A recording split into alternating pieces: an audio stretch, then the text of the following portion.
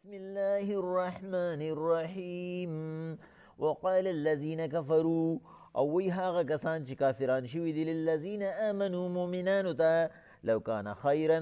کچری په دې پیغمبر او د په کلام کې خیر وي ما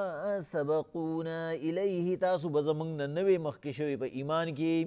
واذ لم یهتدوا به او نه به تاسو زمونږ نه لاره مونتې وه فسیقولون هذا پس زر دی چې دی به ووایي هذا دا کلام چې دی افک قدیم پخواني دروغ دی ومن قبله کتاب موسی اماما ورحمه د دې نه مخکې راغلی و دې یهودیانو ته کتاب چې موسی علیه السلام راوړی اماما چې رهنما و ورحمه او مهرباني وه وهذا کتاب مصدق لسانا او دا هغه کتاب دی چې تصدیق کوونکی دی هم د هغه کتاب او په ژبه عربي کې دی لینذر الذین ظلموا چې وژري هغه کسان چې زیاتی کوي وبشرا للمحسنین او خوشخبري ده د پاره د نیکوکارو ان الذين بشك هاغه کسان قالو چې وی ربنا الله رب زمنګ الله دې ثم استقاموا او بیا په دې باندې ټینګ پاتې شي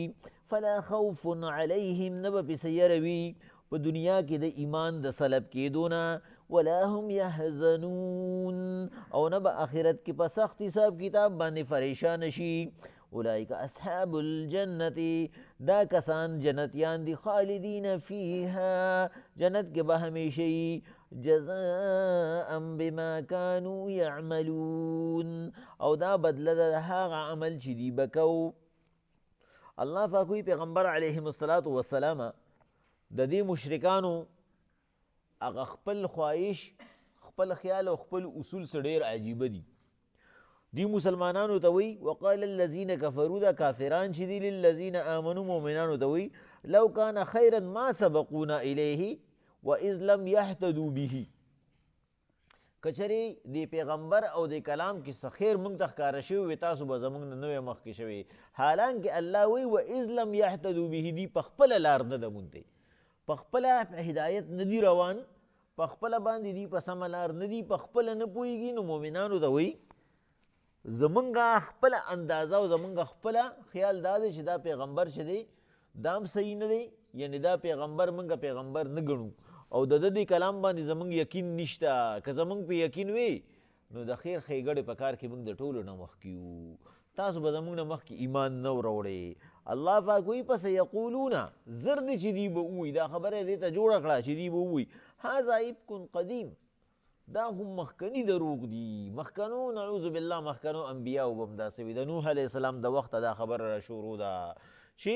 د هغه د وخته دا خبره هغوی کوي چې الله یو دی هر یو چې راځي وایي الله یو دی او زه د هغه پیغمبر یم او دی هم اکه خبره کوي الله پاک وایي ومن قبله کتاب موسی اماما ورحمه دی ته نو مخکې نه کتاب راغلی دی د موسی علیه السلام او موسی علیه السلام بذات خود اماما هغه رهنما و هغه رهبر و هغه لیډر و ورحمه او د خپل قوم دپاره هغه یو مهرباني وه او دی یهودیانو کې اکثریت په هغه باندې ایمان راوړی دی لکه په دې کې په خپله باندې عبدالله بن سلام صاحب موجود دی چې کله هغه ایمان راوړو پیغمبر علیهم السلام سره به چې کله به پیغمبر صلی الله علیه وسلم هغه یهودیانو له دعوت لته به ورسره ته پیغمبر علیهم السلام ته یهودیانو ووی چې زمونږ په راهبانو کې خو یو کس پته ایمان نه دی راوړی د بخاري شریف حدیث مبارکه دی که زمونږ راهبانو کې د یو کس مونږ ته پیش کړه چې پته ایمان راوړي مونږ به هم ایمان راوړو پیغمبر علیهم السلام ورته وویل ستاسو کوم راهب تاسو ته پیش کوم ورته یې وویل که عبدالله بن سلام په تاسو کې موجودي ورته یې وویل عبدالله بن سلام څنګه سړی دی بس د هغه په صفت ورته شروع شو یاره د هغو خاندان داسې دی پلار یې داسې و او په خپله به ذات خود داسې دی او داسې دی او داسې دی او داسې او هغه بلکل دروغ نه وي او که هغه تصدیق وکړو ستا موږ به ټول تصدیق وکړو پیغمبر صلی الله علیه وسلم ورته تاسو عبدالله بن سلام پیژنئ ورته یې موږ عبدالله بن سلام لیدلی نه دی خو موږ د هغه وعظ اورېدلی دی او د هغه خبرې به موږ دا لازما پیژنو پیغمبر علیهم السلام عبدالله بن سلامه مخکې راشه راغی هغه ورته وایي زه عبدالله بن سلام یم کوم راهب چې تاسو یادوئ هغه زه یم او زه د دې پیغمبر تصدیق کوم چې دا اک پیغمبر دی د کم پیغمبر په باره کې چې موږ ته په تورات کې خوشخبری راغلی وي. په دې یهودیانو کې بل راهب پاسېده وی عبدالله بن سلام خو په موږ کې د ټولو نه زیات نه اهله انسان دی، د هغه خو یو خبره قابل قبول نه ده او خو داسې په مخ باندې ورته اوسې چې کوم دی نو د نن سبا د پاکستان سیاستدانانو بس وی اوسې ولې صفت وکړو او چې د هغه د مزاج خبره رانله بس په هغه سات یې ولې په مخ باندې غیبت شروع کړو. الله پاک وی پیغمبر علیهم الصلاة والسلام دا خو داسې خلق دی وهذا کتاب مصدق لسانا، دا کتاب چې دی چې قرآن دی دی خو تصدیق کوونکی دی د موسی علیه السلام د کتاب. په موسی علیه السلام باندې خو ستاسو ایمان و، موسی علیهم الصلاة والسلام خو تاسو حق پیغمبر ګڼئ او هغه د دې خبرې دا کتاب چې دی د موسی علیه السلام تصدیق کوي. او د موسی علیه السلام کتاب ټول چې کوم تورات چې کوم اصل تورات و هغه د قرآن د 50 سپارو برابر و او په هغې کې د پیغمبر علیهم الصلاة والسلام بحث بار بار راغلی و. الله پاک وایي لسانا عربیا، بل پکې اساني دا نه چې په عربۍ ژبه کې دی، یعنې دا ستاسو خپل زبان دی، په خپل زبان باندې د بنده عبور سی وایي. نو د دې دپاره تاسو ته څه نوې زبان زده کول هم نشته، ستاسو په خپله عربۍ کې راغلی دی. لینذر الذین ظلموا، چې ویرول شي په هغه کسان چې هغه ظالمان دي. او ظالمان څنګه دي؟ هغوی دا خیال دی چې په موږ کې کم یو کس به رسوخی، په موږ کې کم یو کس هغه زیات چې کم دی نو فصیح زبان والی یا به پیغمبري. لکه امیه بن سلط په هغوی کې یو شاعر و، ډېر مشهور شاعر و. پیغمبر صلی الله علیه وسلم به وایي د ده زړه موحد دی خو د ده ژبه کافره ده. هغه چې کوم اشعار ویلو د الله د وحدانیت اشعار و، ټول پیغمبر صلی الله علیه وسلم هم اکثر وي د هغه اشعار به وي. خو چې کله پیغمبر صلی الله علیه وسلم باندې وحی راغله هغه ما وی چې وحی به په ما راځي، د ټولو نه زیات فصیح زبان زما دی او زه شاعر یم او زما په ځای باندې وحی په بل کس راله. او دې کافرانو به وي موږ به وي چې دا خو به چې کوم دی نه د طایفو یا د مکې په یو سردار راځي. د طایف سردار چې کوم نو هغه نوم زهیر او د مکې سردار چې کوم نو هغه ابوجهل. دا خو به په دې باندې چې کوم دی نو په دې کې په یو کس باندې دغه راځي اخري دغه چې دی وحی دا به راځي، دا خو په بل کس باندې راله. الله پاک وایي ولې زما دا قدرتونه زما طاقتونه او زما اختیار به دې ماله تقسیموي، دا خو زما دغه دی، دا بنیان دی، زما مخلوق دی. الله وی